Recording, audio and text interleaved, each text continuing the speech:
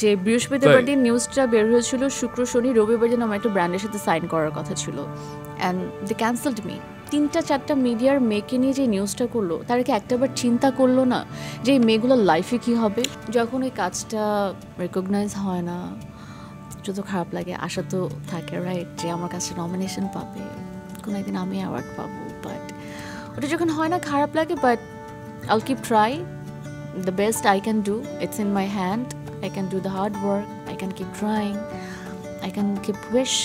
ইনশাল্লাহ একদিন হবে। অনেক আত্মীয় স্বজনরা ওই কোয়েশ্চেনটা করে যে বিয়ে করছো না কেন? মাই প্যারেন্টস আর লাইক, ওর যেদিন ইচ্ছা ও সেদিন করবে। I will always try to make them happy. বাবা মা যদি আমাকে সাপোর্ট না করতো, আমি কখনোই কিছু করতে পারতাম না, because being a only child, this is very, I am sorry.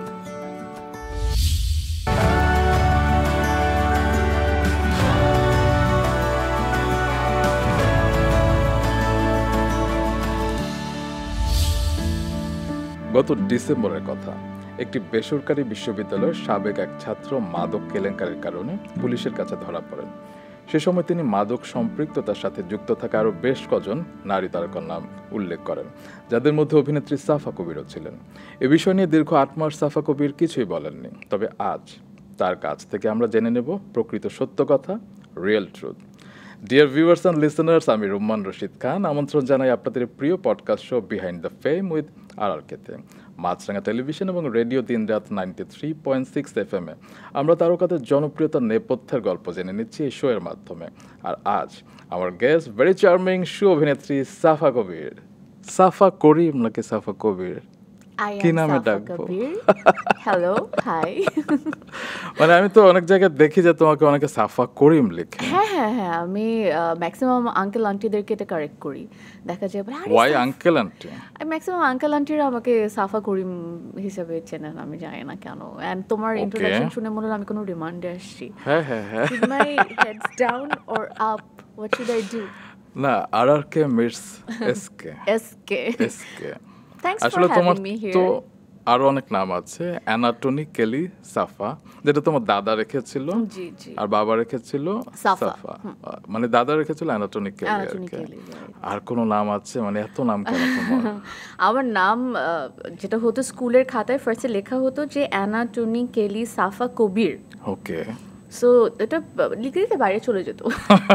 So ওখান থেকে আম্মু ডিসাইড করলো আচ্ছা কবিতা বাদ দিয়ে দিই, অ্যানাটনি কেলি সাফা। সাফা is my nickname and Anthony Kelly is my full name. So আমি যখন মিডিয়াতে কাজ করা স্টার্ট করি, অ্যান্ড তখন আরেকজন ছিলেন যার নাম ছিল অ্যানা। সো আমাকে অ্যানা বলে ডাকতো, ওনাকেও অ্যানা বলে ডাকতো। সো মানুষ মিক্স আপ করে ফেলতো। তো তখন ভাবলাম যে আচ্ছা ঠিক আছে, call me Safa from now, and Safa Kabir. Kabir is my sir name, বাবার নেম।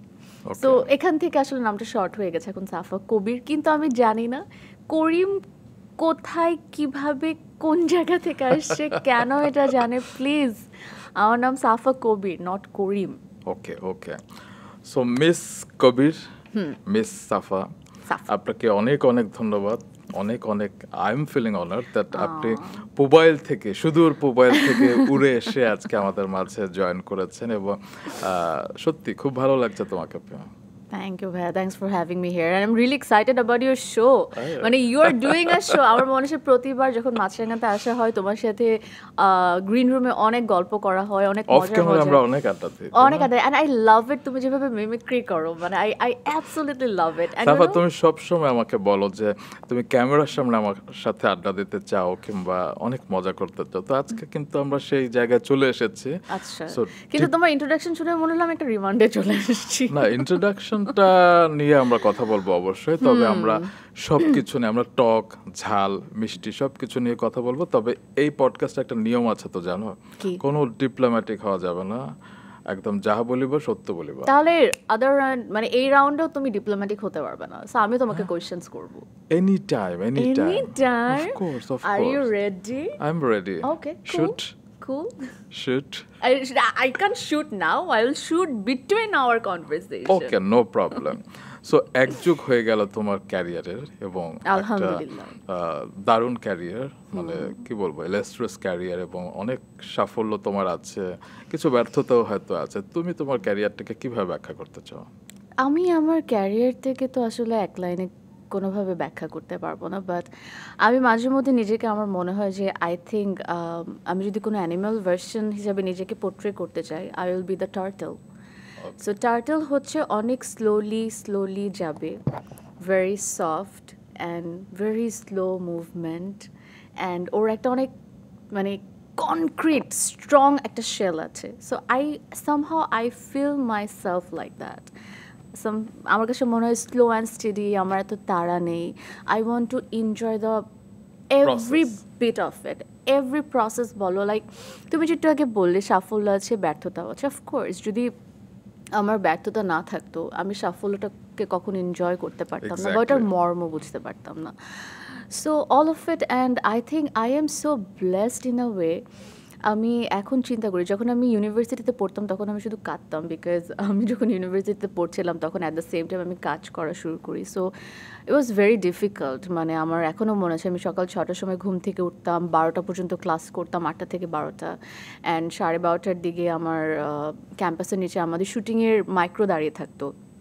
আমার গাড়ি ছিল না তখন, ওই মাইক্রোতে করে আমি শুটিং হাউসে আসতাম, আস্তে আস্তে প্রায় 1 ঘন্টার মতো লেগে যেত। দেন এসে ওখানে মেকআপ করতাম, মেকআপ করে আমরা শ্যুট করতাম। And I am really honoured আমার ডিরেক্টর অ্যান্ড প্রডিউসারদের প্রতি, যে তারা আমাকে স্পেসটা দিয়েছিল যে আমি শুটিং সেটে 1টার সময় ঢুকতে পারবো to do the shoot, because আমি পড়ছি, আমার ক্লাস আছে।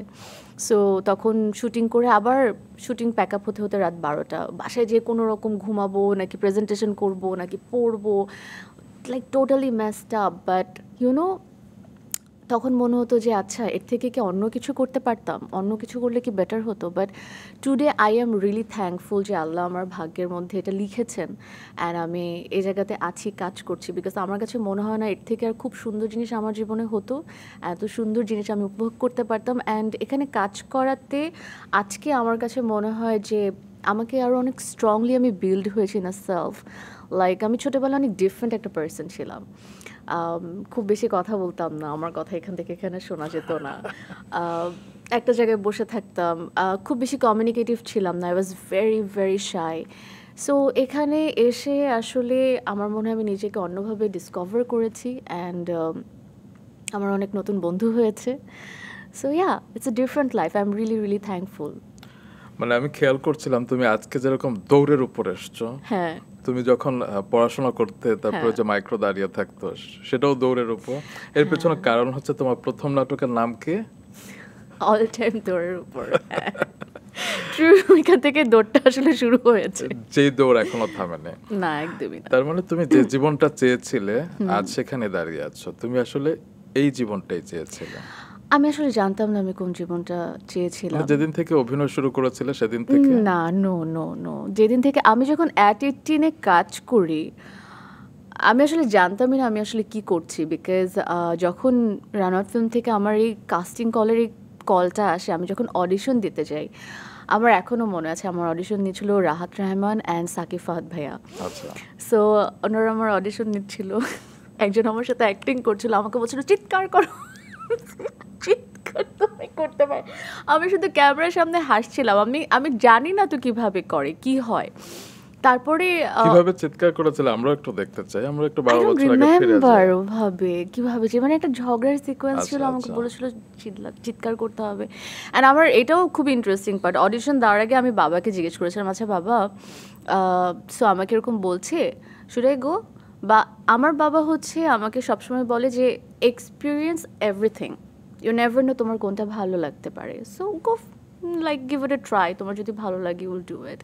সো ওখান থেকে যাওয়া, দেন বাসায় আমি আবার চিন্তা করছিলাম যে should I or not, because বাবা যেহেতু আছে। সো আমার বাবা বাংলাদেশে 2-3 মাস থাকতেন, অ্যান্ড ওই টাইমটা আমার জন্য অনেক প্রেশিয়াস, বিকজ বাবাকে পাবো, বাকি 6-7 মাস পাচ্ছি না, বিকজ আমার বাবা বাইরে থাকেন। তো ওই টাইমটা আমি আসলে অন্য কোথাও দিতে, হ্যাঁ জার্মানিতে থেকে, সো আমি ওই টাইমটা অন্য কোথাও দিতে চাচ্ছিলাম না, আমি বাসায় থাকতে চাই উইথ মাই ফাদার। সো ওই জায়গা থেকে মনে ছিল। তো তখন আমার এখনও মনে আছে রানআউটের তারেক ভাইয়া, তারেক রহমান, তো উনি আমাকে বলছিল যে তোমাকে সিলেক্ট করে ফেলা হচ্ছে, তো তুমি এই শুটিং রেডি। আচ্ছা ভাই আমি জানাচ্ছি, কি বোকা আমি। দেন আমাকে বলছে আচ্ছা ঠিক আছে, টেক টাইম, তুমি জানাও আমাদেরকে। তারপরে বাবাকে বললাম, বাবা বললো হ্যাঁ যাও, আমি তোমাকে নিয়ে যাবো, আমি তোমাকে দিয়ে আসবো। তো শুটিংয়ে গাড়ি থাকে, ওটা প্রয়োজন পড়েনি।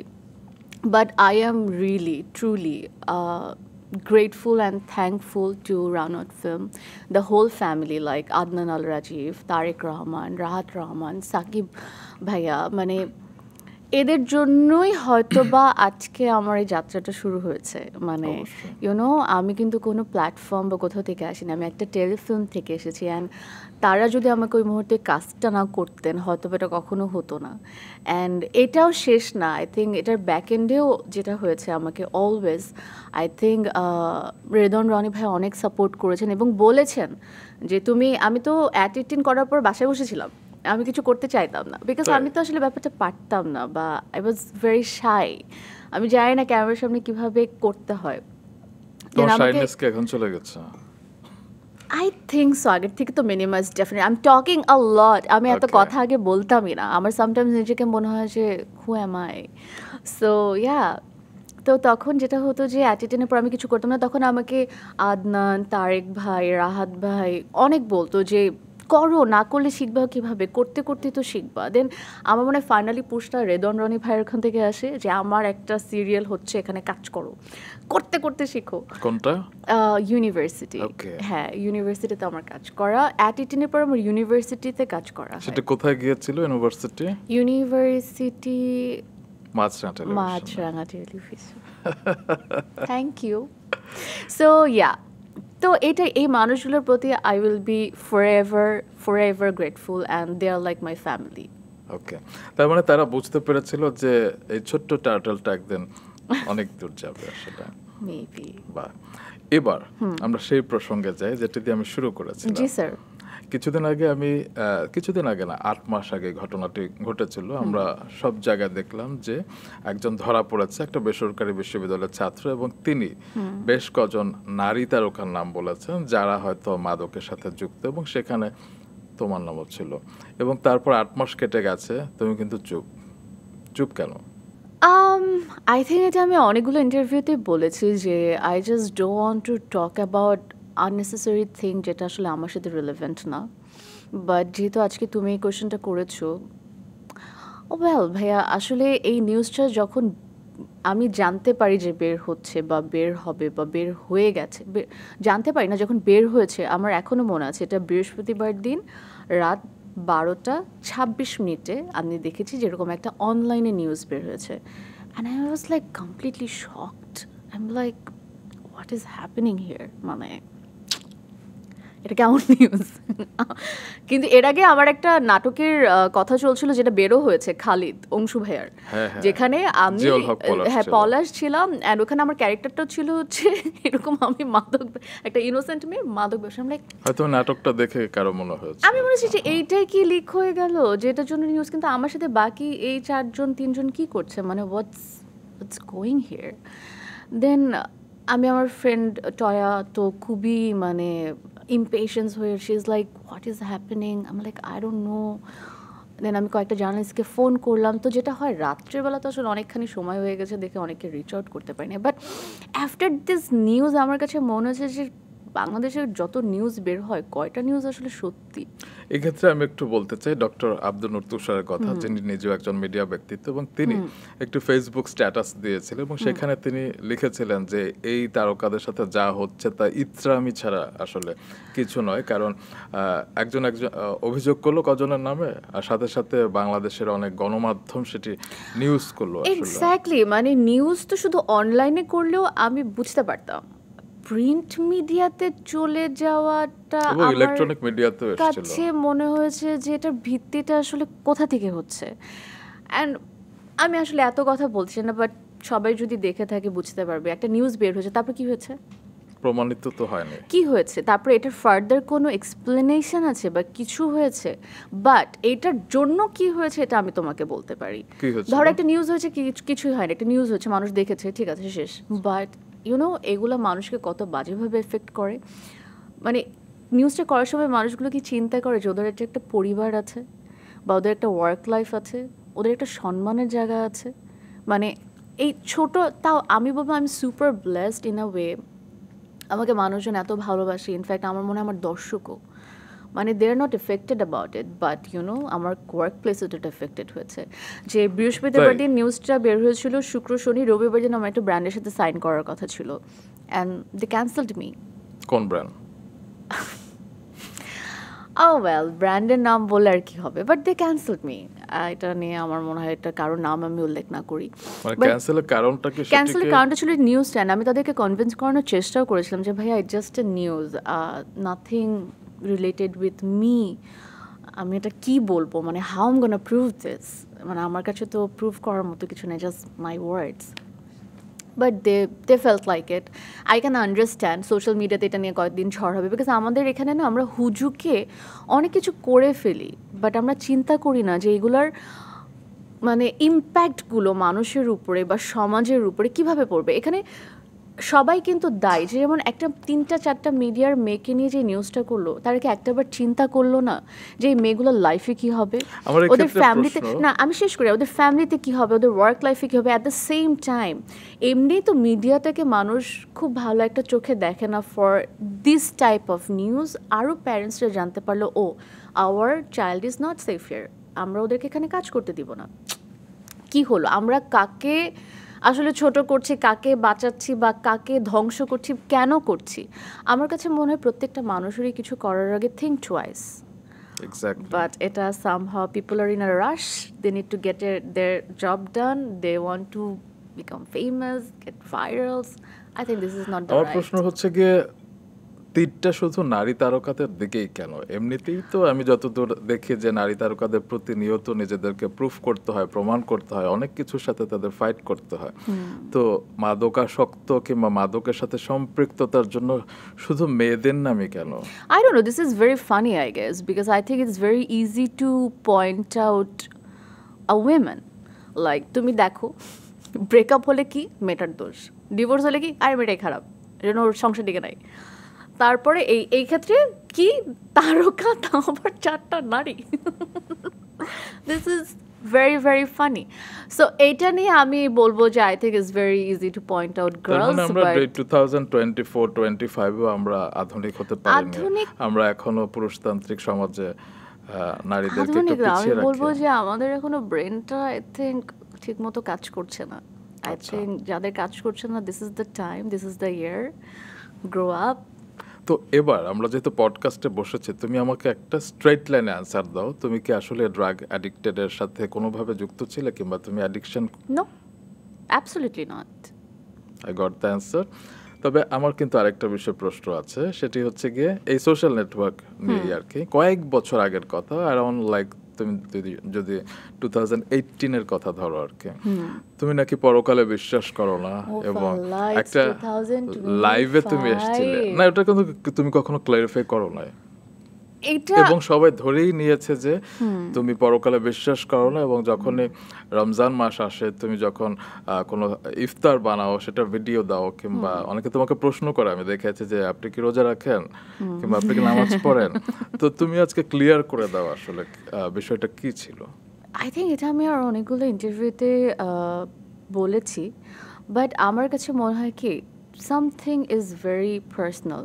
কীভাবে আমি বলি, আমার ধর্ম, আমি কি করি, আমার আল্লাহর সাথে কি কানেকশন, আমার personal life, I always keep this thing very very personal. But হ্যাঁ, অনেক ছোটোবেলায় 2019-এ একটা কথা আমি বলেছিলাম যেটা আমি একদমই মিন করিনি, ওই কথাটাকে অন্যভাবে লেগেছে শুনতে, and people make it big. After that আমি যতই সরি বলেছি না কেন বা যতই ক্লিয়ার করেছি না কেন, সামহাও এটা হয় আমাদের দেশের, আই থিঙ্ক মাইন্ডসেটটাই এমন বলতে পারি আমি, যে ওরা নেগেটিভটাকে ধরে রাখে, পজিটিভটাকে ক্যারি করে না। আচ্ছা, তুমি কি বলেছিলে? আই ডোন্ট রিমেম্বার অ্যাকচুয়ালি আমি তখন কি বলেছিলাম, কিন্তু আমার কাছে মনে হচ্ছে আমি যতবারই বলেছিলাম যে না আমি নাস্তিক না, but no one is buying it.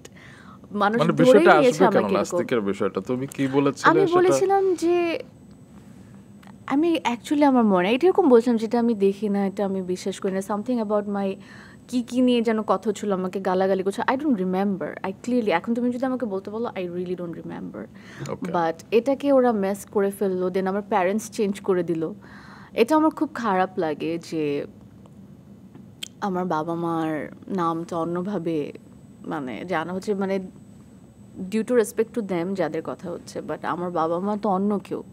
And এই যে অ্যাট দ্য সেম টাইম সাফা করিম, আমার খুব খারাপ লাগে এই জিনিসগুলো যে আমি এতদিন ধরে কাজ করছি, বিভিন্ন ইন্টারভিউর মাধ্যমে আমার ব্যাপারে বলছি, আমার নামটা বলছি, বাট সামহাও কিছু মানুষ ভুল জেনেই যাচ্ছে আর কিছু মানুষ ঠিকটা জেনে যাচ্ছে। সো যারা ভুল জেনে যাচ্ছে, I will give my 100% and I will do all the hard work, যাতে একদিন তারা আমার ব্যাপারে সত্যিটা জানে, আমার নামটা ঠিক মতো বলতে পারে অ্যান্ড আমার প্যারেন্টসের নামটা ঠিক আচ্ছা, মতো তোমার বলতে নাম পারে। সাফা কবির, সাফা কবির, সাফা কবির, আমরা আজ থেকে মুখস্থ করব।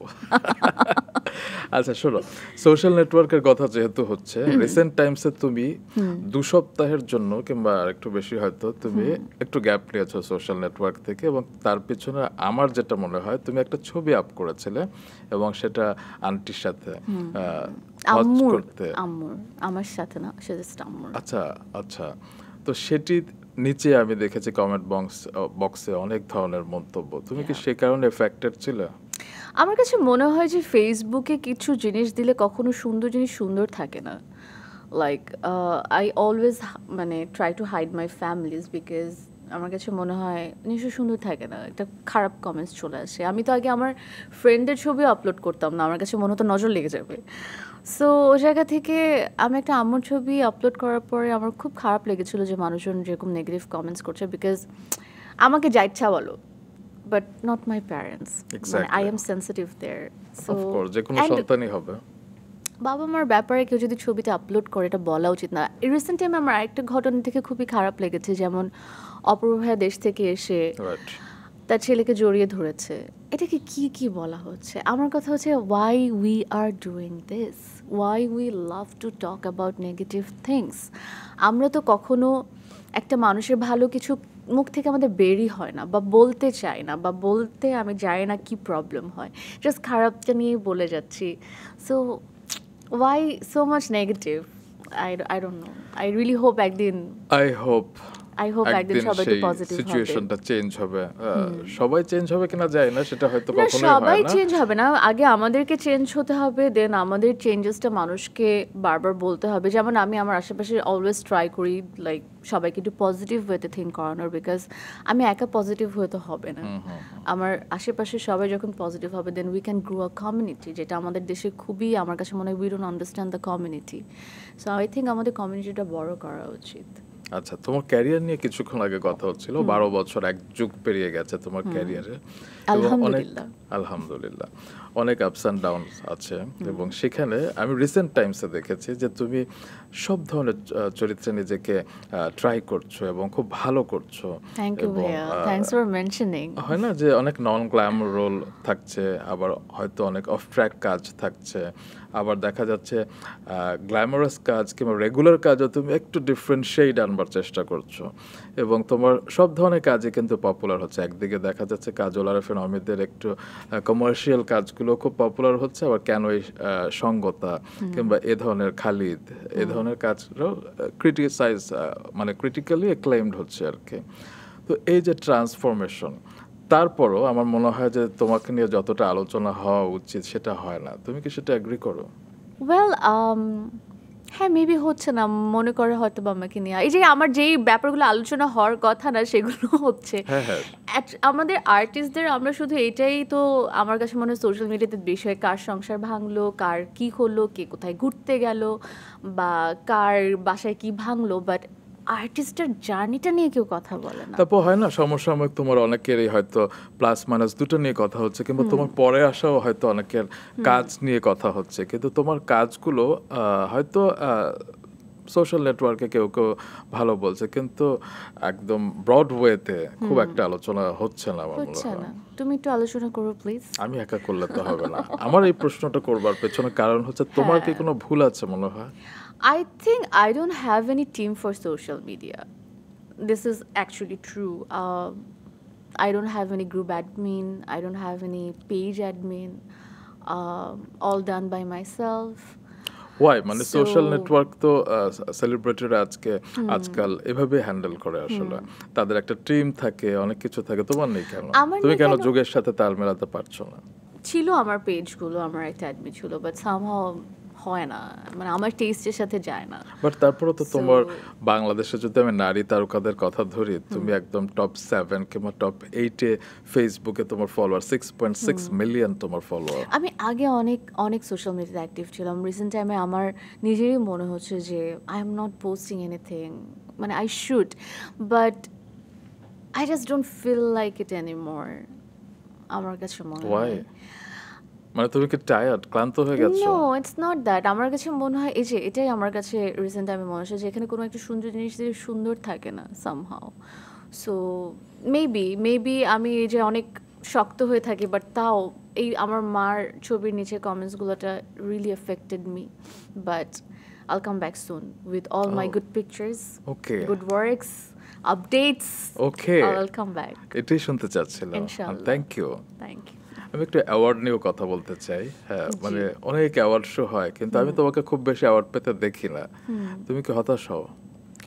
হ্যাঁ, অফকোর্স হই, কারণ আমরা তো এন্ড অফ দ্য ডে কষ্ট করে কাজ করি, নিজের বেস্টটা দিয়ে কাজ করি, অ্যান্ড 100% বলো there is a lots of sacrifice two, but যখন ওই কাজটা রেকগনাইজ হয় না, যত খারাপ লাগে। আশা তো থাকে রাইট যে আমার কাছে নমিনেশন পাবে, কোনো একদিন আমি অ্যাওয়ার্ড পাবো, বাট ওটা যখন হয় না খারাপ লাগে, বাট আইল keep try the best I can do. It's in my hand.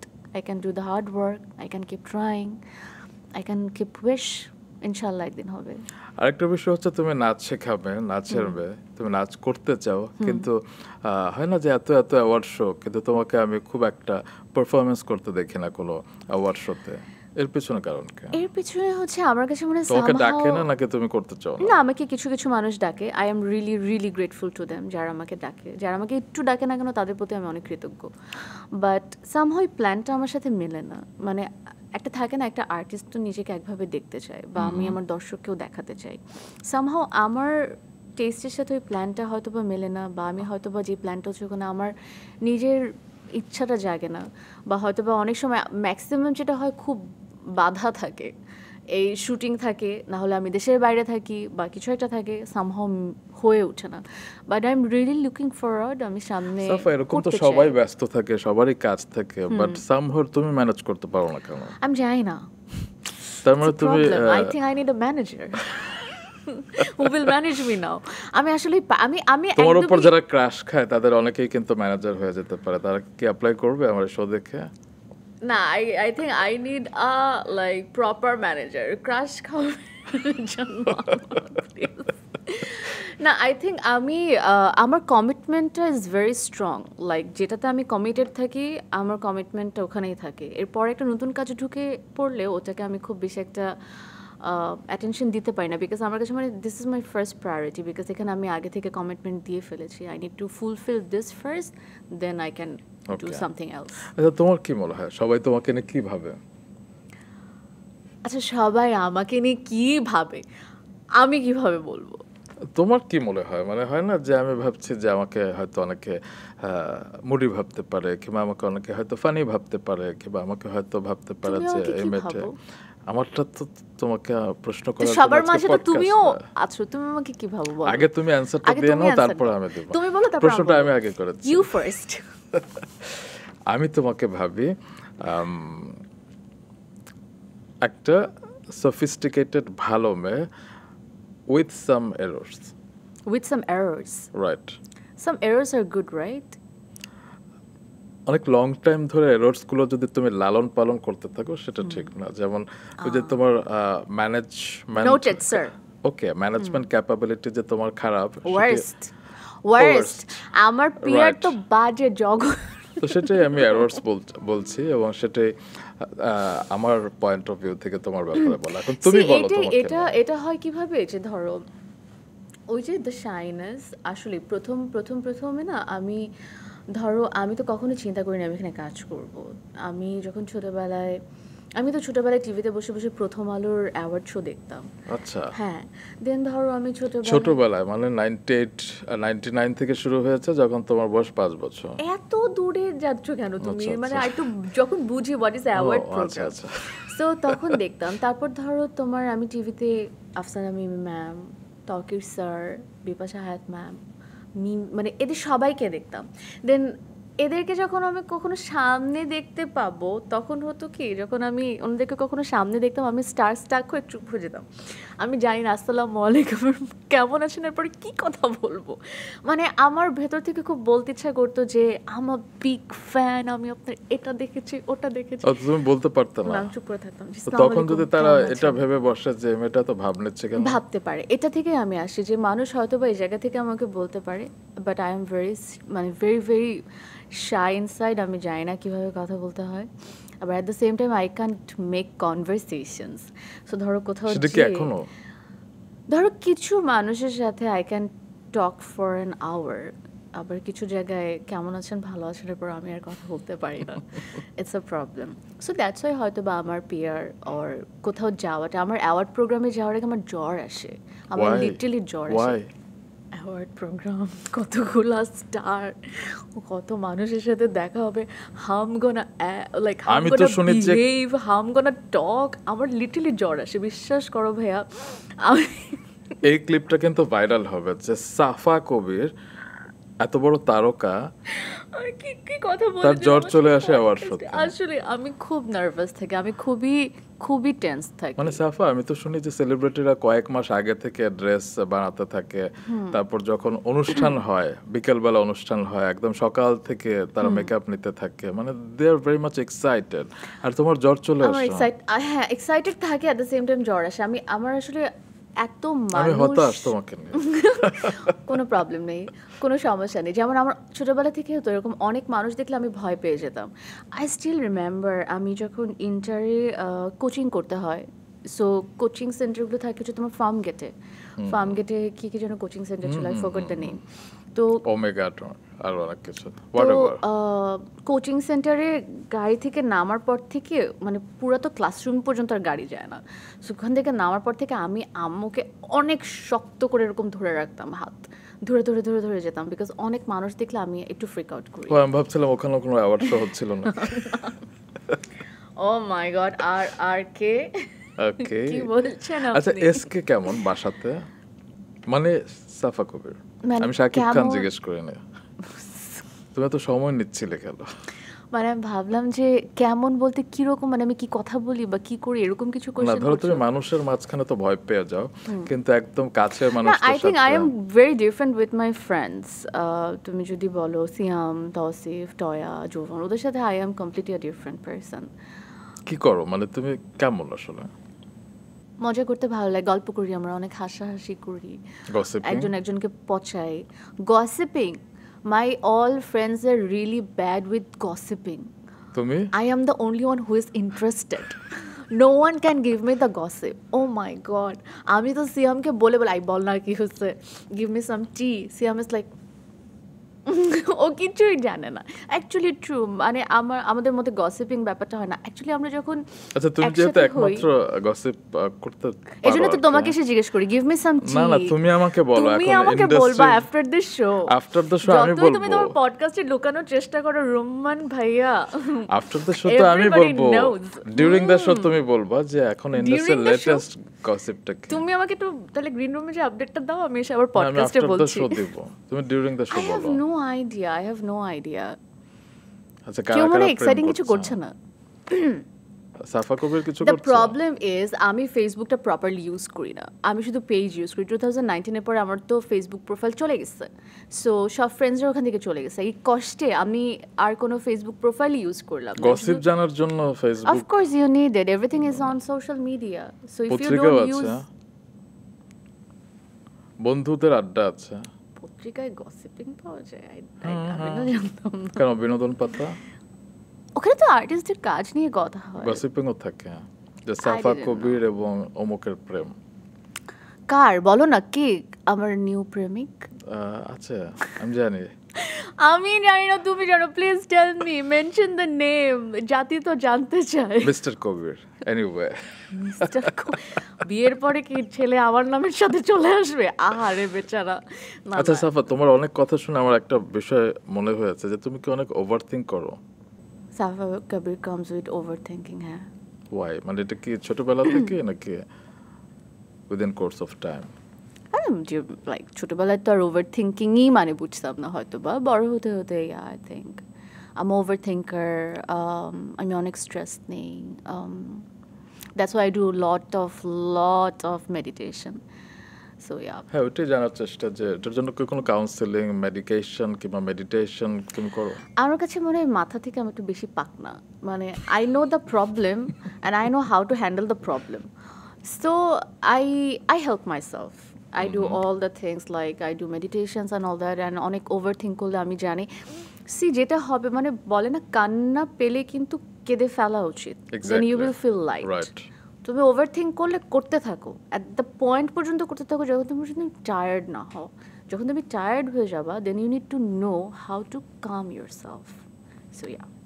ওকে, তুমি কি কখনো জেলাস হও অন্য অ্যাক্ট্রেসদের নিয়ে যে ভালো কাজ করে ফেলছে, এই অ্যাওয়ার্ড পেয়ে ফেলছে? এই না, I think that's not in me. No, never. আমি এত না. সত্যি কথা বলো, কারণ সত্যি কথা বললে তো তোমার সত্যি লাগে না. এখন কি করতে পারি ভাই সাহেব? জেলাসি ছাড়া কেউ থাকতে পারে না? কেন থাকতে পারে না? হোয়াইট জেলাসি মানে ওই কাজটা যে মানে তোমার ড্রেস দেখে আমার হোয়াইটের কথা মনে হলো, নতুন একটা ওয়ার্ড বানালাম, হোয়াইট জেলাসি. হ্যান্ডশেক করেন স্যার, জেলাসি নিশ্চয়. আচ্ছা, হয় না যে ওর ওই কাজটা দেখে মনে হলো আচ্ছা ও ওই ডিরেক্টরের সাথে কাজ করেছে, আমার ওই ডিরেক্টরের সাথে কাজ করতে হবে, কিংবা এরকম একটা কাজ করতে হবে. এটা তো একটা কাজ করা নিয়ে তো এটা তো জেলাসি না, এটা তো ইচ্ছা. যেমন আমি এই কাজটা করতে চাই. যেমন রিসেন্ট টাইমে আমার কাছে মনে হয়েছে যে একটা ফিল্ম খুবই পপুলার হলো বলিউডে, Saiyaara, and I really hope I wish এই মেটার জায়গায় আমি থাকতাম, আমার এরকম একটা সিনেমা বের হতো. সেরকম বাংলাদেশের কিছু বলো, সাইয়ারাকে কেন টানছো? না, জাস্ট এক্সাম্পল দিলাম. এক্সাম্পল বাংলাদেশের দাও, যে বাংলাদেশের কোন কাজটা দেখে তোমার মনে হয়েছে যে এখানে সবাই আমাকে হেট করুক এট দিস ইউর পড়ছো তুমি যে এরকম হিন্দিটাকেই বলছো. অফ কোর্স বাংলা অনেক কাজ বলতে পারি, হিন্দিটাকে আমি খারাপ বলছি না, সাইয়ারার গান আমিও শুনি, বাট বাংলাদেশের একটা এক্সাম্পল দাও আর কি. কোনটাকে এক্সাম্পল দেব? There is a lot of. আমি যদি রিসেন্ট টাইমস এর কাজগুলো আমি তোমাকে বলে দেব. হ্যাঁ, ধরো তুফান, তাণ্ডব, উৎসব, আচ্ছা সিনেমার কথা বলছো তুমি. আচ্ছা, আমি যদি সিরিজের কথাও ধরি, মহানগর, তাকদীর, কারাগার, কাইজার, আই উইশ এই সবগুলোতে আমি ছোট ছোট করে পার্ট হতে পারতাম. You so diplomatic. মানে আমি যা বলছি সত্যিটা বললেও মিথ্যা লাগে, ঠিকটা বললেও ডিপ্লোম্যাটিক লাগে. ব্ল্যাক এন্ড হোয়াইট জেলাসি করে দিলা. What's wrong with you today? It's not coffee is good? সাফা, তুমি সবচেয়ে ভয় পাও কিসা? Right now RRK. RRK কে তুমি ভয় পাচ্ছ? তাই তো আমার মনে হচ্ছে RRK এর মধ্যে কোনো একটা কিছু একটা ভর করেছে, যাই বলছি তাই ভালো লাগছে না. What should I do right now? কারণ দর্শকও আমার সাথে একমত হবে, কারণ তুমি খুব এইভাবে ব্যাটিং করছো. I don't think so. See, সব কাজই একটা ভালো কাজ হলে সবারই মনে হতে পারে. I just don't want two name any of specific work, but যতই কাজ হয় আমার কাছে মনে হয় আমার কাজ আরো ভালো হতে পারে, বা আমি আরো অনেক ভালো কাজ করতে পারি. তোমার মনে হয় না যে তাণ্ডবে যদি আমি সাবিলার জায়গা থাকতে পারতাম, কিংবা জয়া আপার জায়গা থাকতে পারতাম, কিংবা উৎসবে যদি আমি অমুকের জায়গা থাকতে পারতাম, এরকম কিছু মনে হয় না? আমার মনে হয় যে এরকম একটা সিনেমা আমাকে নিয়ে হতে পারলে খুব ভালো হতো. ওদের জায়গায় আমি থাকতে, they are like very amazing in their way, যারা যেসব জায়গায় যেসব ক্যারেক্টার করেছে. আমিও চাই আমার এরকম কাজ হোক. ওকে, আমি কাউকে রিপ্লেস করতে চাই না, বা আমিও জায়গা দেখতে চাই না. আমি চাই আমারও ভালো কাজ হোক. আমি সেটাই জানতে চেয়েছি. হ্যাঁ, তুমি আসলে বোঝো না. তুমি তো যদি জিলাপির মধ্যে এরকম পেঁচিয়ে ও আচ্ছা, আমি তো এটাই বলেছিলাম. আচ্ছা, আমাকে ছাড়া তুমি আর কিসে ভয় পাও? মানে প্রাণী? আমি তোমাকেও ভয় পাই না. না, প্রাণী, কিংবা হয় না যে আমরা অনেকে আগুন ভয় পাই, পানি ভয় পাই, কিংবা কেউ মানুষ ভয় পায়. স্নেক না? আমি খুব ভয় পাই. তোমার বন্ধু তো ওসিফ কি করেছে দেখেছো? That's amazing poster. একবার দেখার পর আর দেখি নাই. শুধু পোস্টার না, ভিডিওতেও আমি দেখেছি 6টা সত্যি সাপ. তুমি সবচেয়ে ভয়ঙ্কর কি করেছো অভিনয় করতে গিয়ে? ভয়ঙ্কর না, এরকম কোনো স্নেক নিয়ে কোনো অ্যাক্টিং করিনি. স্নেক না, কিংবা ভয়ঙ্কর, ধরো অনেক উপর থেকে লাফ দিয়েছো, কিংবা অনেক আগুনের মাঝখানে শুট করেছো. অ্যাক্টিং এর থ্রুতে আমার আসলে এগুলো করা হয় না. আই রিয়েলি হোপ বা উইশ হতো, বাট এমনি রিয়েল লাইফে করেছি. যেমন আমি প্যারাসেলিং, প্যারাগ্লাইডিং, স্কুবা ডাইভিং, এগুলো সবই করেছি. মানে তুমি অনেক অ্যাডভেঞ্চারাস. ইয়া হ্যাঁ. শুনে খুব ভালো লাগলো যে শান্ত শিষ্ট মেয়েটি আসলে সাহস করে। I want to explore life. আমার দেখতে খুব ভালো লাগে, and এইসব অ্যাক্টিভিটিস করতেও ভালো লাগে। তুমি যখন স্কাই ডাইভিং করছিলে কি মনে হচ্ছে? স্কাই ডাইভিং করিনি, আমি প্যারাগ্লাইডিং করেছি। সো স্কাই ডাইভিং হচ্ছে অনেক উঁচু থেকে প্লেন থেকে জাম্প করা। প্যারাগ্লাইডিং ইজ তুমি ওটা আমি করেছি। হ্যাঁ, একটা পাহাড় থেকে তুমি নেমে দৌড় দিয়ে নিজে নামতে হবে, তোমার একটা পাইলট থাকবে তোমার পেছনে, বাট ইউ নিড টু মানে run and you need to jump. এটা কোথায় করেছো? আর নেপালে।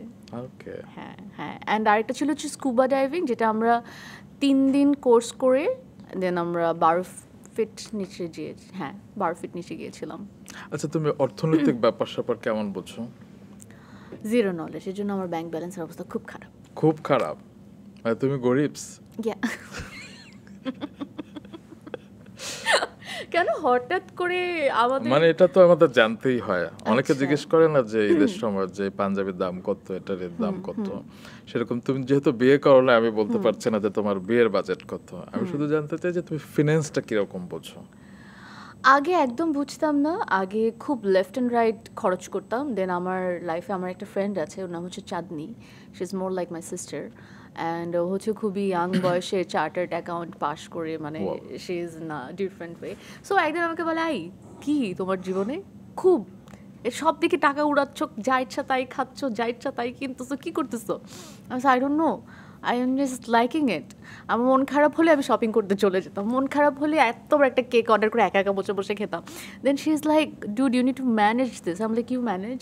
দেন ও আমাকে শিখিয়েছে লাইক এটা এভাবে করা উচিত। দেন ওর সাথে থেকে থেকে আমি আসলে অনেকটুকুই শিখেছি যে কীভাবে বাজেটিং করা উচিত, কোথায় কিছু ইনভেস্ট করা উচিত, বা কিভাবে জমানো উচিত, বেশি খরচ করা উচিত না just because of money. So yeah. তুমি কি জমাতে পারো? একটু একটু জমাতে শিখেছি। হ্যাঁ। ওয়াও। হ্যাঁ। বাহ। আর ইনভেস্ট করেছো কোথাও? ইনভেস্ট করেছি কিছু শেয়ারে through my friends, that's it, এতটুকুই আমার নলেজ। আচ্ছা, বিজনেস করছো কোনো? I am thinking of, but দেশের সিচুয়েশনটা স্টেবল না হওয়ার আগ পর্যন্ত I can't take any step, but ইনশাল্লাহ আমার একদিন ইচ্ছা আছে আমি আমার একটা নিজের বিজনেস দাঁড়া করাবো। কিরকম business? I really want to do something about, এটা শুনে খুবই কমন মনে হবে, but I really want to do something about clothes, because ছোটোবেলা থেকে আমি খুবই ফ্যাসিনেটেড অ্যাবাউট কাপড় চোপড়। আমার ছোটোবেলায় আমি বারবি ড্রেস বানাতাম, অ্যান্ড আফটার দ্যাট যখন আমি বড় হয়েছি তখনও আমার মনে আছে আমার দেখা যেত পহেলা বৈশাখের ড্রেসটা একটা কাপড় বানিয়ে নিয়ে আসতাম, ওই যে কমন সাদা আর লাল, বাট এটার মধ্যে আমার কিছু করতে হবে, কিছু হয়তো বা কিছু ড্রপস দিতে হবে, বা কিছু করি, বা কিছু ডলার্স, বা কিছু চুমকি, বা কিছু সুতা দিয়ে কিছু একটা মানে ইউনিক হতে হবে। সো যেটা হতো আমাদের ফ্যামিলিতে আমাদের কাজিনদের ড্রেস প্রায় একরকম হতো, সবার সাথে আমরা পয়লা বৈশাখ সেলিব্রেট করতাম। সো ওই কাপড়টা বানানো হওয়ার পর আমি আমার কাজে লেগে যেতাম, যেটাকে ইউনিক কীভাবে বানানো যায়, এটা ডিফারেন্ট কীভাবে হওয়া যায়। সো ওইখান থেকে আই এম রিয়েলি মানে কি বলবো, it's one of my passion. I really want to do something about clothes, inshallah. ছেলেদের জন্য বানিও ইনশাআল্লাহ। আচ্ছা, তুমি বিএ শাইন স্কুলে পড়েছো? হ্যাঁ, BF shine college. School college দুটো? ইয়া। আচ্ছা, তো তুমি তো শান্তশিষ্ট একটা মেয়ে, কিন্তু দুষ্টুমি তো সবাই কম বেশি করে। স্কুল কলেজে কোন দুষ্টুমিটা বেশি করতে? অনেক কিছুই করতাম। যেমন? আমার খিদা লাগতো, আমি ক্লাসরুমে বসে বসে অনেক সময় টিফিন ছাড়াও খেতাম, আর এটা ধরা খেতাম, আর তাই স্ট্যান্ড আপ, গেট আউট, এরকম হয়েছে আমার সাথে। সাফা কবিরের কি এখনো শুধু খিদাই লাগে?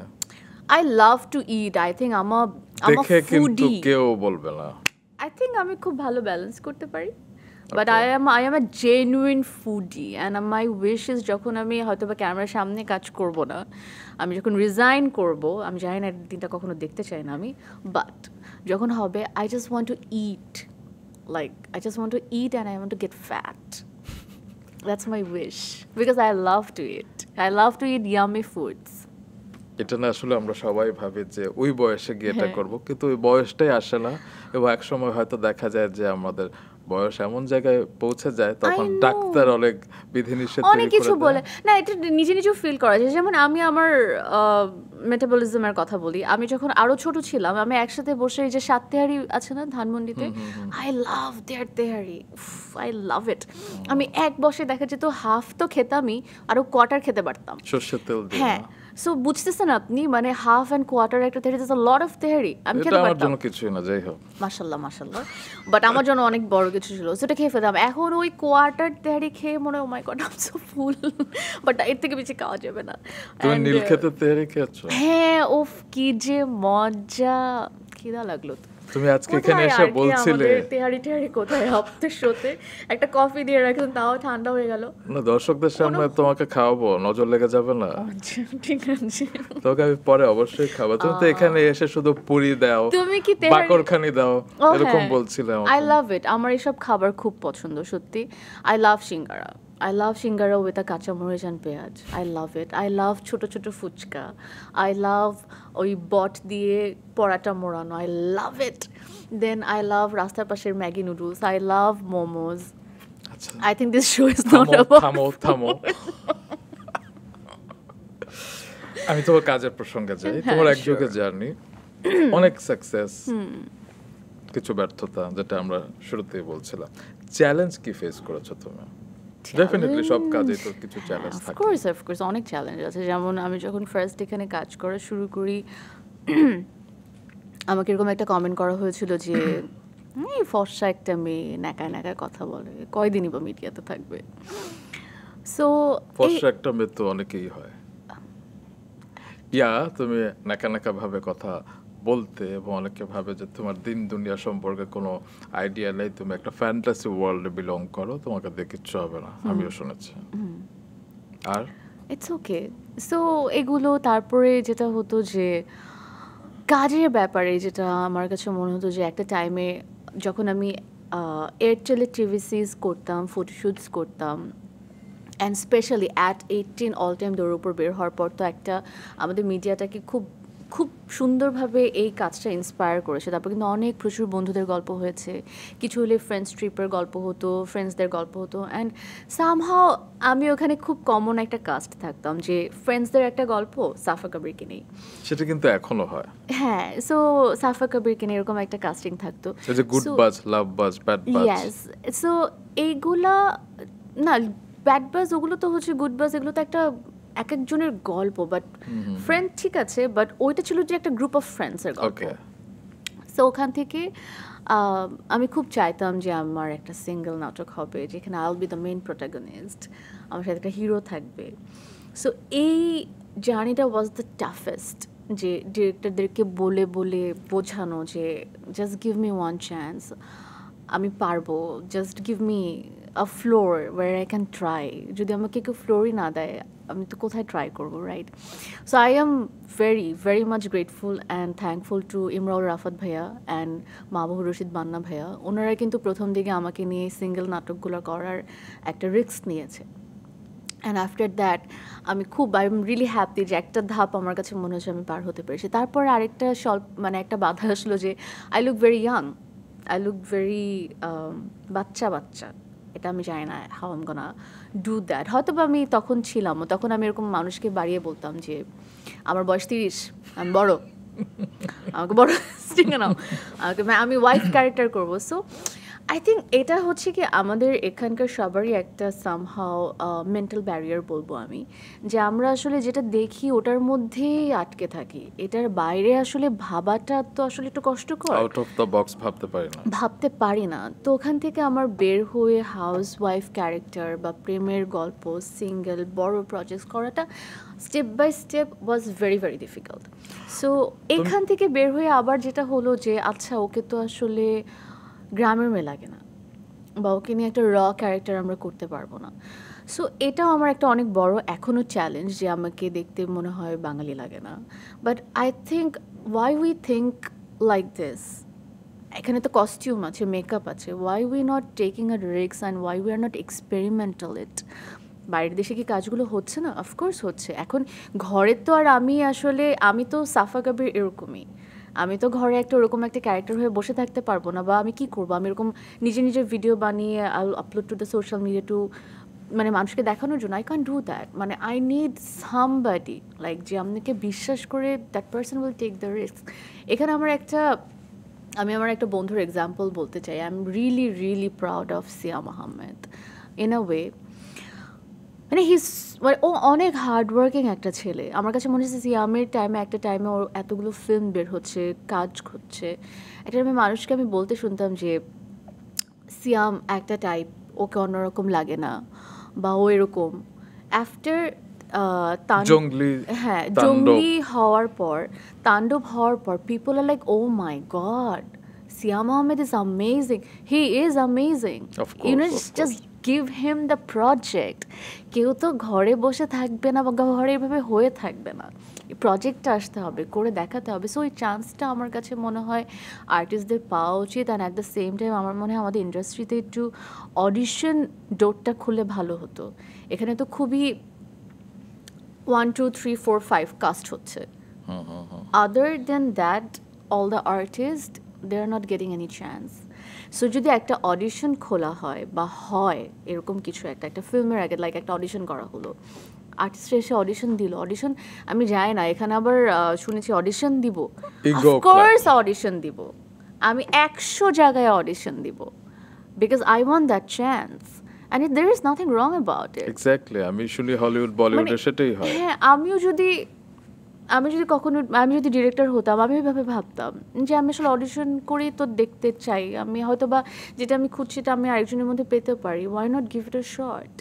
সো এটা একটু খুললে আমার কাছে মনে হয় আমাদের আচ্ছা, আমরা challenges ইন্টারন্যাশনাল একটু কমে যেত। মিডিয়াতে অনেক শুনি যে অডিশনে হোক কিংবা আগে পরে, আমাদের বাংলাদেশেও শুনি যে কাস্টিং কাউচের বিষয়টা। তুমি কখনো ফেস করেছো? কেউ তোমাকে ইনডিসেন্ট প্রপোজাল কখনো দেয়নি? No, I can like loudly and clearly can say that no, আমি কখনোই দেখিনি, আমি কখনো শুনিও নি, এবং আমি কখনো এটাও পাইনি যে কেউ আমার সাথে ডিসরেসপেক্টফুলি কথা বলছে। নো। বাহ। তো এই চ্যালেঞ্জটা তুমি ফেস করোনি, কিন্তু তোমার শুরুতে আরেকটা চ্যালেঞ্জ ছিল।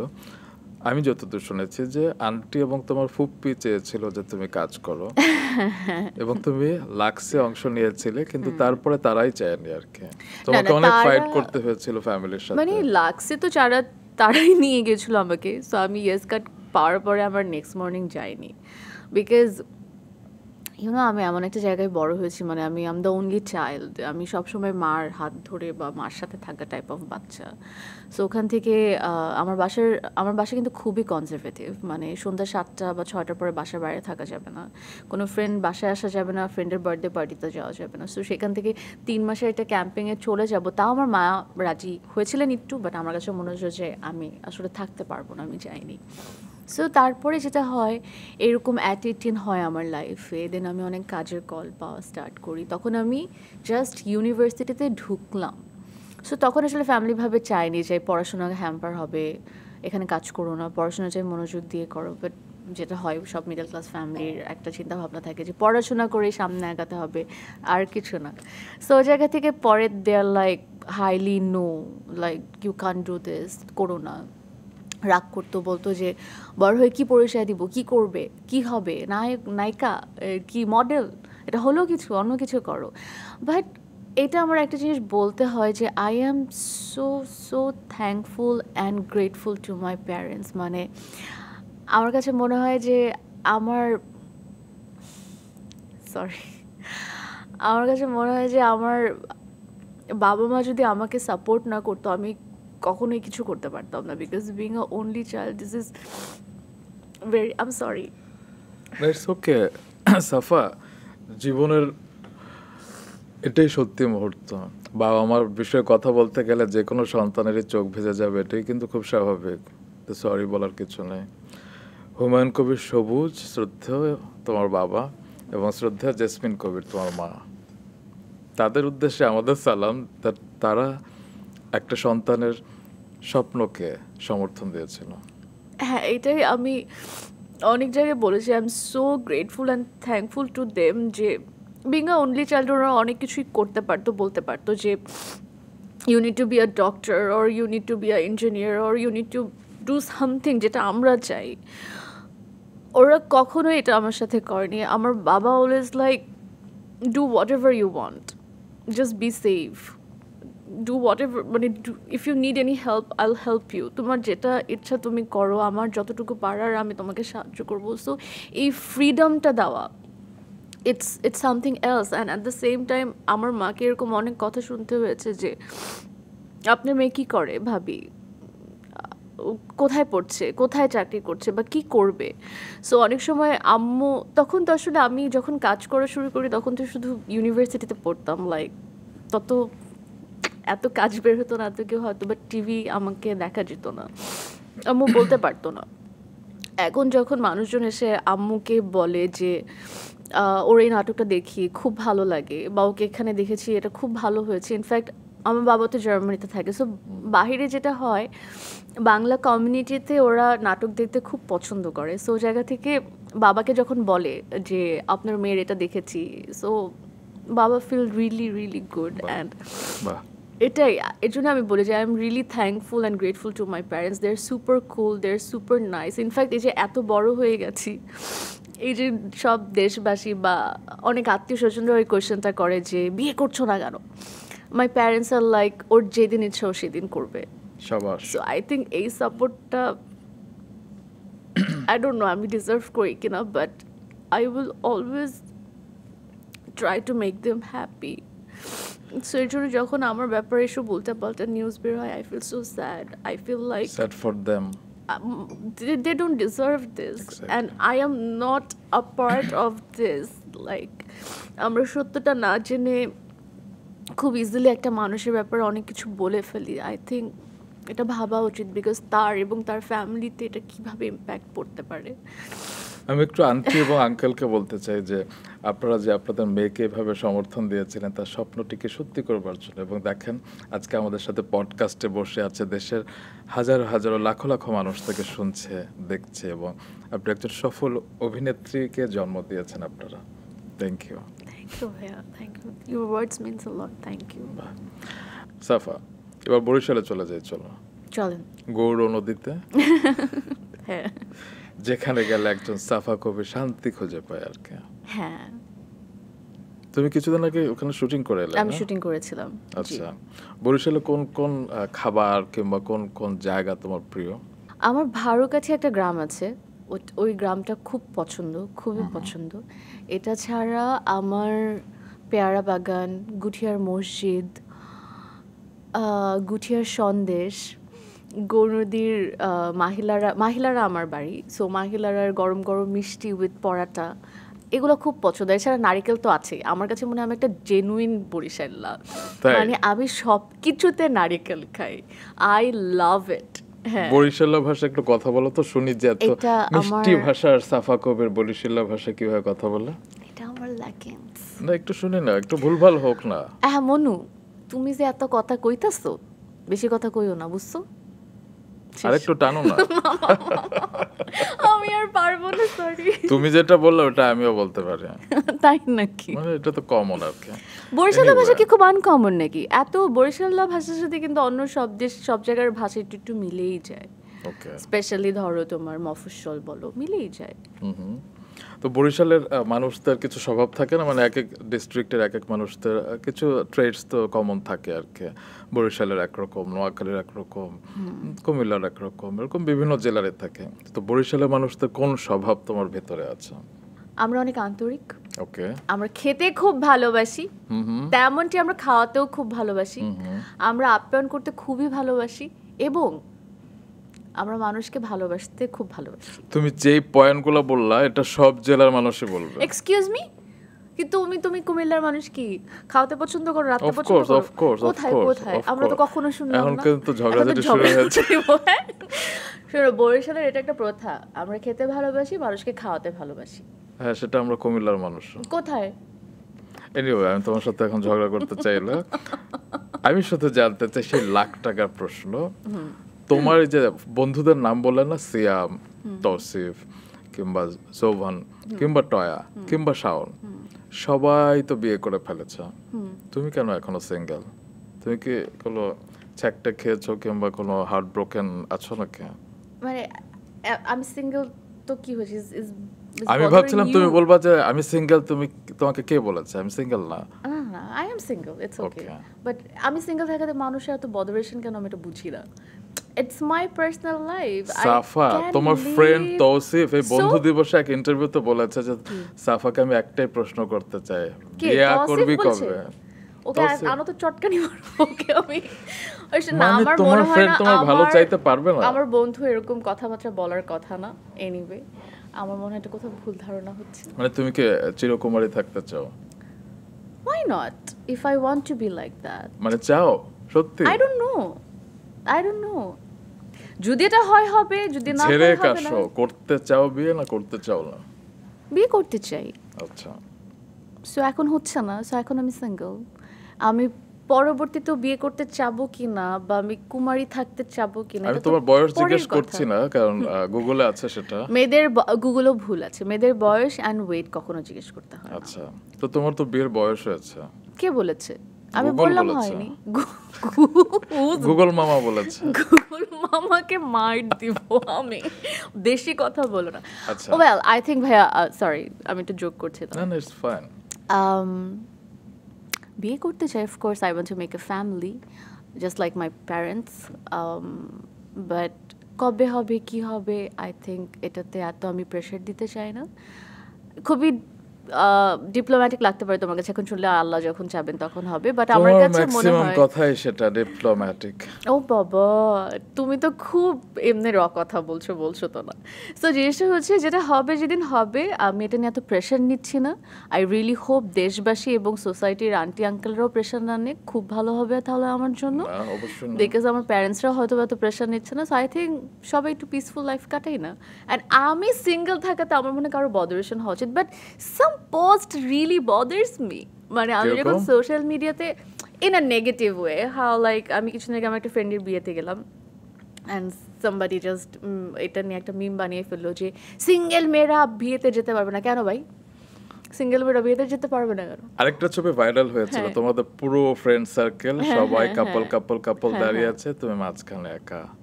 আহারে আহারে, sad. I can feel others two.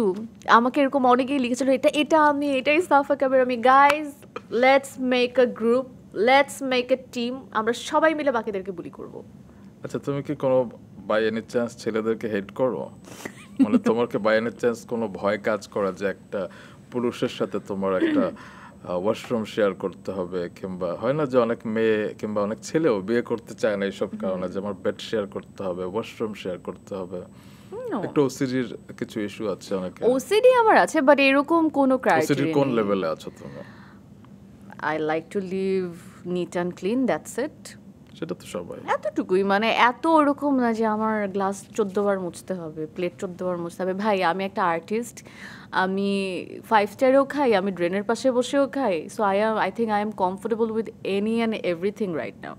So but বাসায় থাকলে আমি চেষ্টা করি যে আমার বাসাটা নিট অ্যান্ড ক্লিন থাকবে, আমার কাপড় নিট অ্যান্ড ক্লিন থাকবে। And this is the beauty of marriage না, যে sharing a room together, sharing a course, of course. Washroom together. Why not? So আচ্ছা তুমি তোমার বর হিসেবে কিরকম ছেলে চাও? আমার এরকম কোনো ক্রাইটেরিয়া নেই, যাকে ভালো লাগবে হলেই হলো। লুকটা কার মতো হবে? একটা ভালো মানুষ হলে হবে, look doesn't matter for me. Yeah, look doesn't matter. ক্যামেরার সামনে বলছো, ক্যামেরার পেছনে তোমাকে গ্রিন রুমে বলবো নি, সেম রিপিটেশন। ভালো মানুষের সংজ্ঞা বলো, ভালো মানুষকে কি হতে হবে, মানে কি? ভালো মানুষ যখন তোমার আশেপাশে থাকবে ইউ উইল ফিল ইট। এটা সংজ্ঞা দিয়ে বুঝিয়ে তুমি বলতে পারবে না, রাইট? যখন তোমার একটা মানুষের সাথে মিশবে, যখন তোমার ওর একটা ভালো কিছু তোমার ভালো লাগবে বা মনে থাকবে, that's the definition of a ভালো মানুষ, রাইট?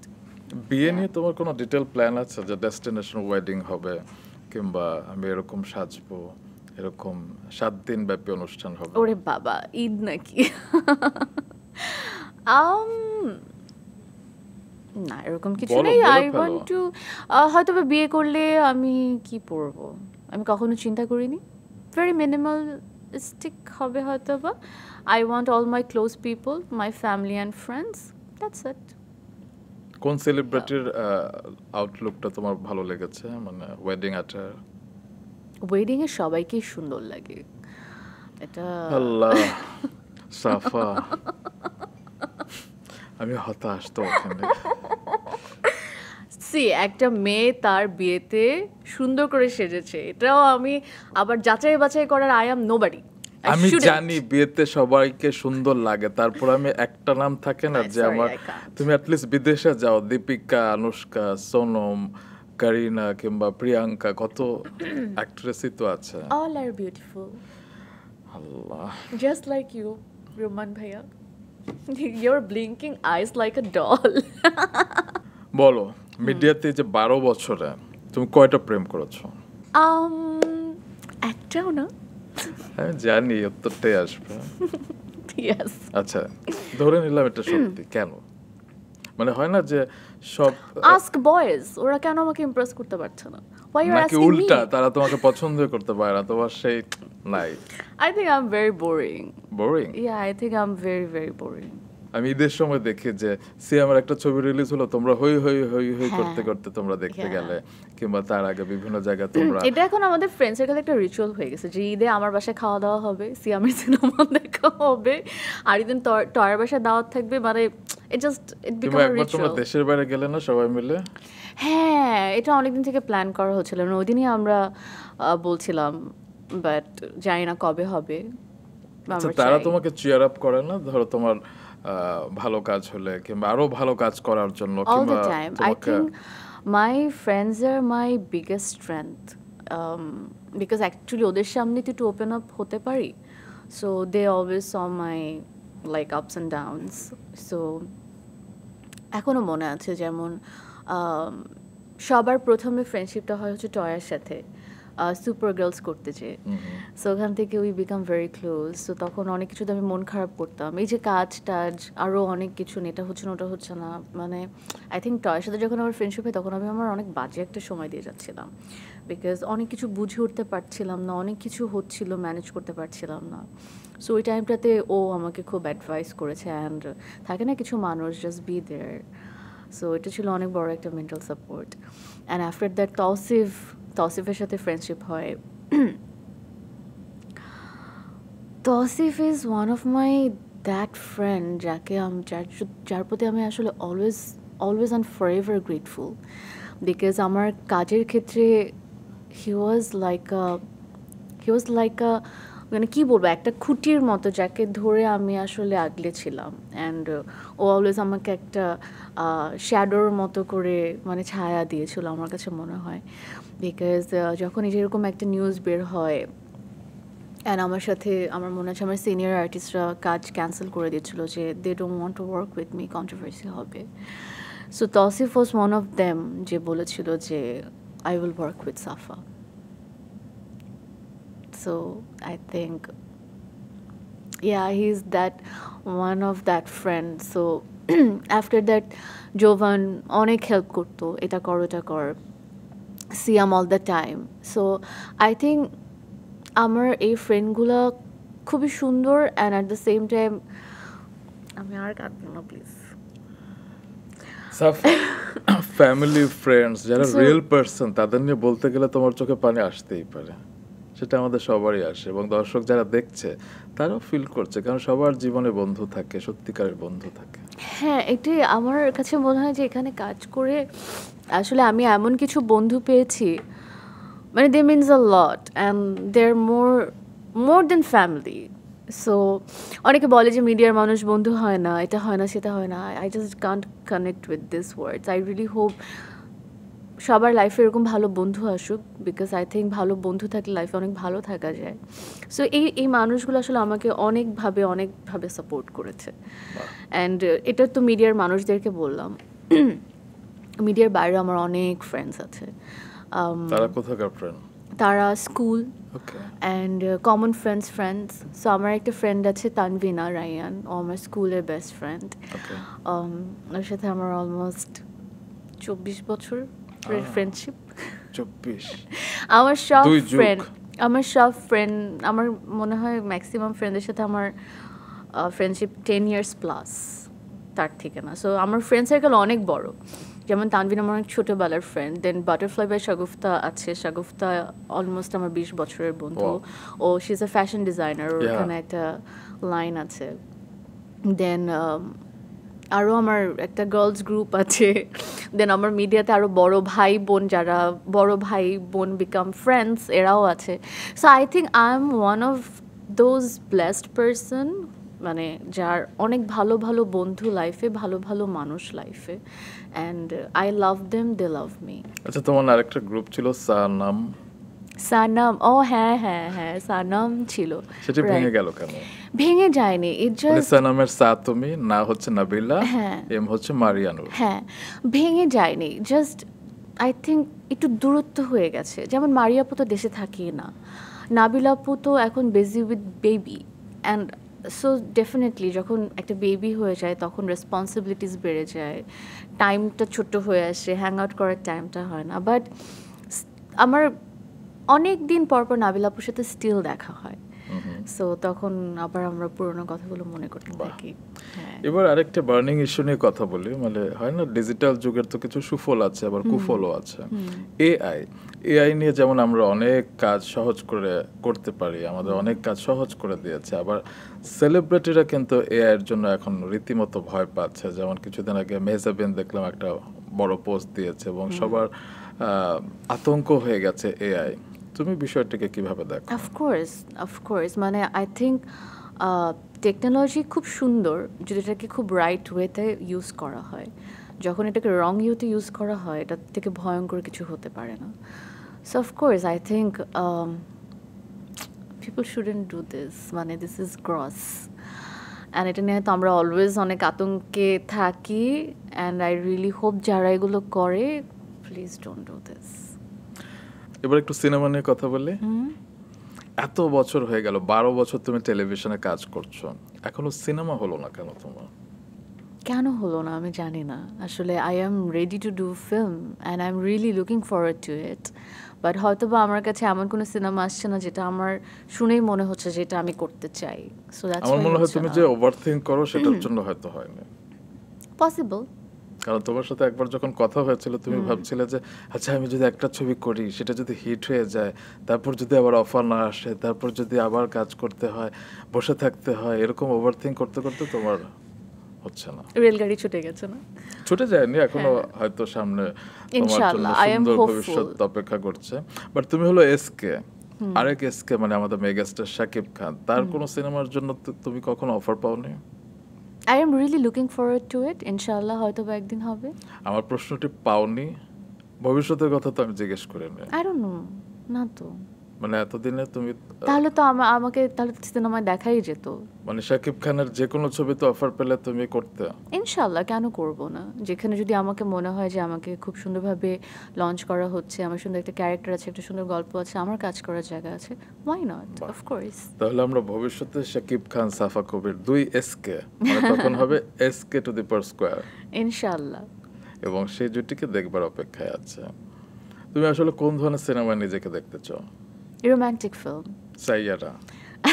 না, এটা ইট কান্ট বি এক্সাম্পল, মানে ওই বাট টাইপের? আমার first film, I want a romantic film, I want a bit commercial, and I want entertaining, like entertained হবে দর্শক এসে দেখে। So I want that film as my first film. Okay. আচ্ছা, এমন কোনো দুঃস্বপ্ন কি আছে যেটা তোমাকে প্রায় তাড়িয়ে বেড়ায়, কিংবা তুমি প্রায় দেখো? হয় না যে অনেক স্বপ্ন কিন্তু আমরা ঘুমের মধ্যেও রিপিটেশন দেখি, কিংবা আমরা হয়তো বাস্তব জীবনে অনেক দুঃস্বপ্ন আমাকে তাড়িয়ে বেড়ায়। তোমার এরকম কিছু আছে? আমি অনেক ব্যাড ড্রিমস দেখি। দুঃস্বপ্ন তো সবই তো bad dreams. I don't know, I think তুমি যেহেতু অনেক ব্যাড ড্রিমস দেখো, একটা বলো যেটা তুমি প্রায় দেখো। ব্যাড ড্রিমসটা আমার মনে হয় not wise to talk about here, because it's really bad. In a sense আমি বলি, আমি অনেক ভয় পাই, আমি অনেক ভীতু একটা মানুষ, আমি অন্ধকারে থাকতে প্রচণ্ড ভয় পাই। সো এই অন্ধকার আমার একটা ফিয়ার কাজ করে, অন্ধকার নিয়ে, ডার্ক। সো এটা আমি ঘুমের মধ্যে এরকম অনেক কিছু দেবে। অ্যাট দ্য সেম টাইম আমি হরর ফিল্ম কখনো দেখি না, বিকজ আমি অনেক ভয় পাই। But I would love, I think আমার একটা হরর ফিল্ম করলে শুটিংয়ের এটাতে হয়তো বা ভয়টা চলে যাবে। I am really looking forward. But এটা ছাড়া আমার কাছে মনে হয় যে যেহেতু অন্ধকার ভয় পাই, এই জায়গা থেকে একটা ঘুমের মধ্যে উল্টাপাল্টা স্বপ্ন দেখি। মন খারাপ থাকলে কি করো? Take a pause, think about it, how can I solve this, এগুলো চিন্তা ভাবনা করি অনেক। সেটা তো আমরা সবাই করি, তারপর হয় না যে আরো এক্সট্রা কিছু এফোর্ট দেয়া, অনেকের যেমন রান্না করলে কিংবা একটু সাজুগুজু করলে মন ভালো হয়। হ্যাঁ, এটা ভালো বলেছো। আমার cooking is one of my meditation. Therapy.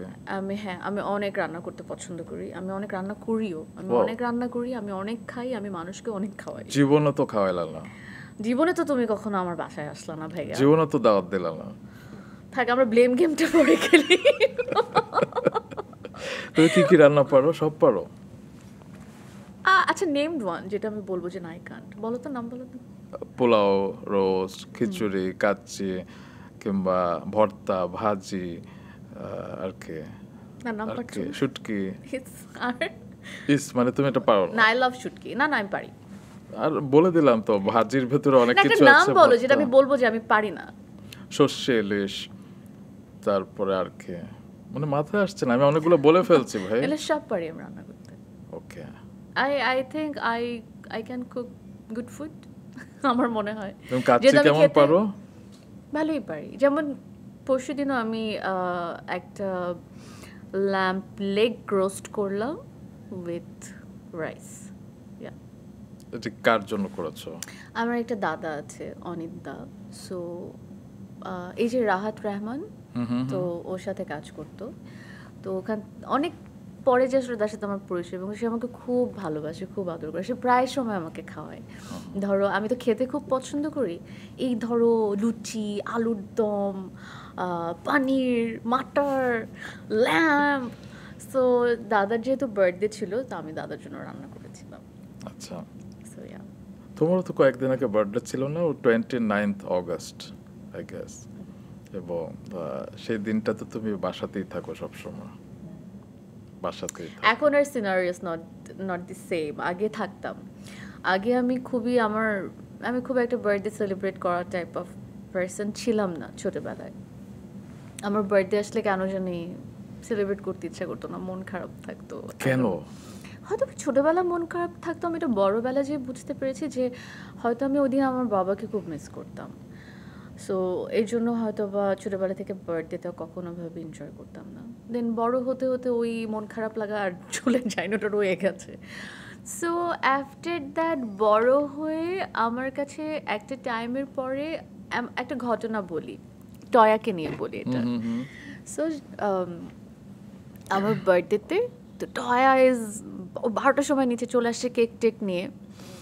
তো গেট তো বন্ধ, দারুণকে জিজ্ঞেস করতেছে যে খুলেন। বলছে খুলে কি করবো? বলছে উপরে যাবো। বলছে উপরে তো উনি নাই। তো টয়া বুঝতে পারছে, ও কিছু বলে নাই যে উনি তো নাই, বিকজ ও জানে যে আমি দারুণকে বলে রাখছি যে কেউ আসলে বলবো আমি বাসায় নাই। মানে সবাই তোমাকে উইশ করতে আসবে, তারপর তুমি মানে আই ওয়াজ দ্যাট ম্যাড। তুমি অনেক পাশানি। যাই হোক, হ্যাঁ, নির্দয়। আমি অনেক, হ্যাঁ, আই এম সরি। তো তারপরে ও কেক রেখে চলে যায়। দারুণ একটু পরে কেকটা উপরে নিয়ে আসে, তো আমাকে বলে। দেন টয় আমাকে আবার মেসেজ করে, শোনো আমি কেক নিয়ে আসছিলাম, আমি জানি তুমি বাসায় আসছো, তুমি বলে রাখছো দারুণকে, ইটস ওকে, তুমি কেকটা খেও। That moment I felt really bad. আমার কাছে মনে হচ্ছে যে আমার এটা করা উচিত না।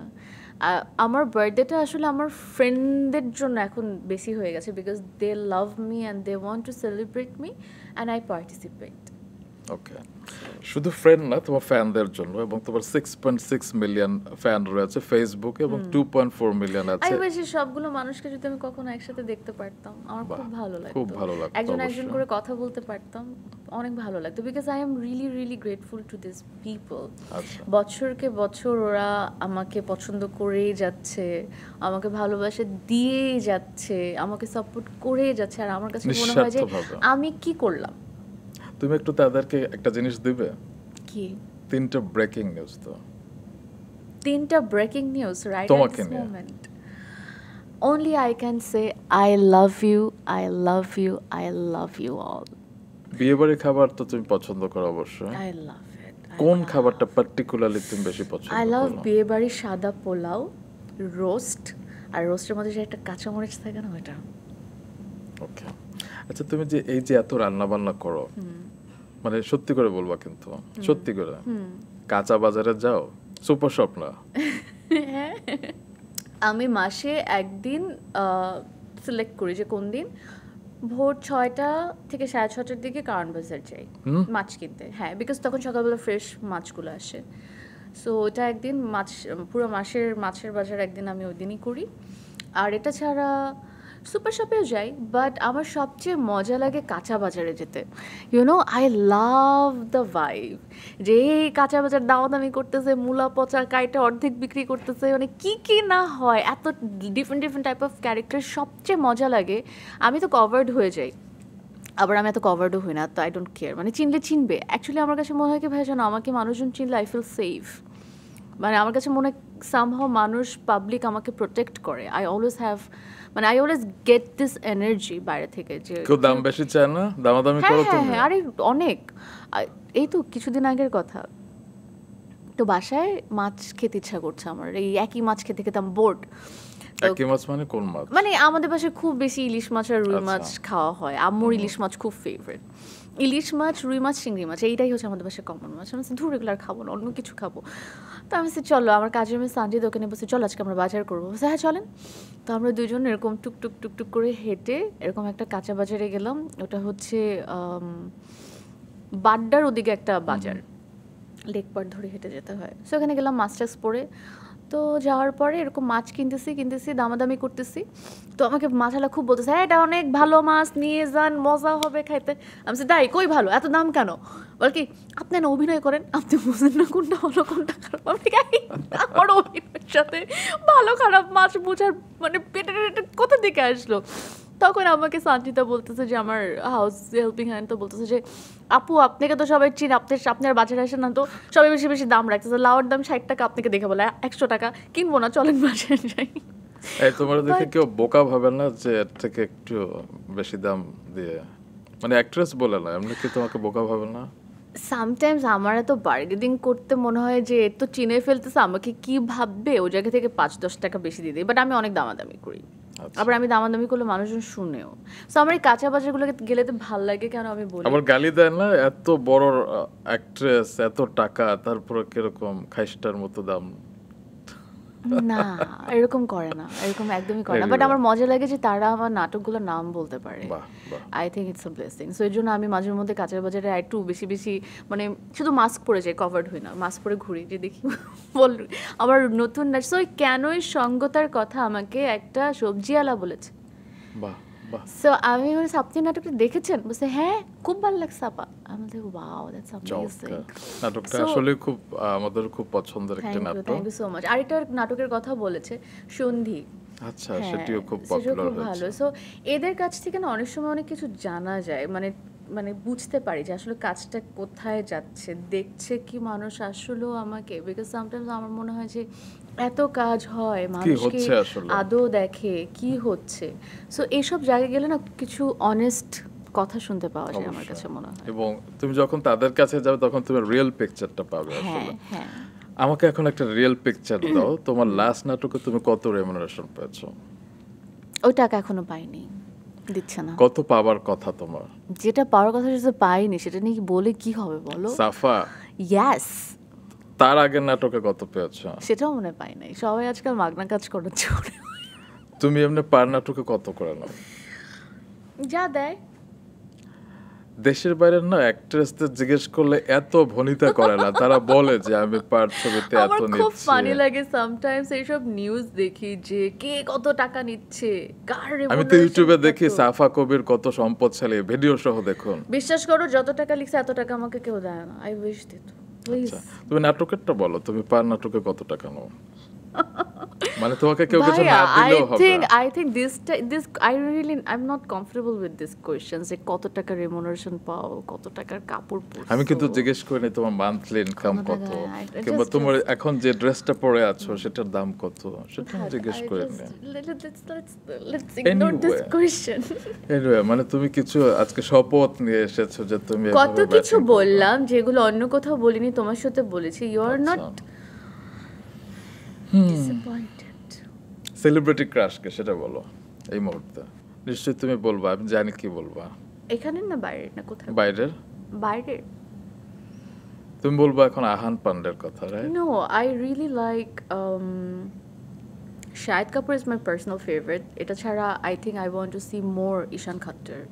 বাংলাদেশে আসো, I really like Siam Ahmed. His acting, his presence. So yeah. আর ইন্ডাস্ট্রিতে কি এমন কেউ আছে যার সামনে গেলে মানে হঠাৎ করে তুমি চলছো, হঠাৎ করে সে সামনে চলে আসলে তুমি খুব অকওয়ার্ড ফিল করো? আরেকজন আর্টিস্টকে আমি বলতে চাই, আমি তার অনেক বড় ফ্যান, সেটা হচ্ছে জয়া আহসান আপু। আমার একটা ছোট মেমোরি আমি বলি। I was so mesmerized, my God. আমি কি ছোট একটা মেয়ে struggling artist, I am just working. তো এমনও না যে আমার খুব কাজ অনেক ফেমাস হচ্ছে, লাইক আমার মানুষ নাম জানবে। একটা প্রোগ্রামে আমার এখনও মনে আছে, জয়া আপু উনি আসছেন, এসে উনি আমাকে আমার আই কন্ট্যাক্ট হলো আমার দিকে, আমাকে বলে সাফা কেমন আছো? And I am like what, উনি আমার নাম জানে, ওয়াও। মানে that just amazed me. And আমার কাছে মনে হচ্ছে যে আমার যদি কখনো লাইফে সুযোগ হতো এই মানুষটা একটু পাশে থাকার, I just want to be her friend or maybe little sister. I just want to be around her because I think she's very amazing person. Like ওনার ওয়ার্মথ এত নাইস, উনি সবাইকে যেভাবে আপন করে নেয়, সবাই সাথে উনি যেভাবে অ্যাড্রেস করে, জাস্ট সো বিউটিফুল। আমি শিওর তোমরা ভবিষ্যতে একসাথে কাজ করবে এবং তখন আমি এই অংশটা তোমাকে আবার দেখাবো। So yeah, I am a very big fan of her. আচ্ছা, আজকে তো হচ্ছে 6 সেপ্টেম্বর এবং আমাদের প্রয়াত চিত্রনায়ক সালমান শাহর 29তম মৃত্যুবার্ষিকী। তোমাকে যদি এখন সালমান শাহর কোনো ছবির কোনো গান দু লাইন গাইতে বলে?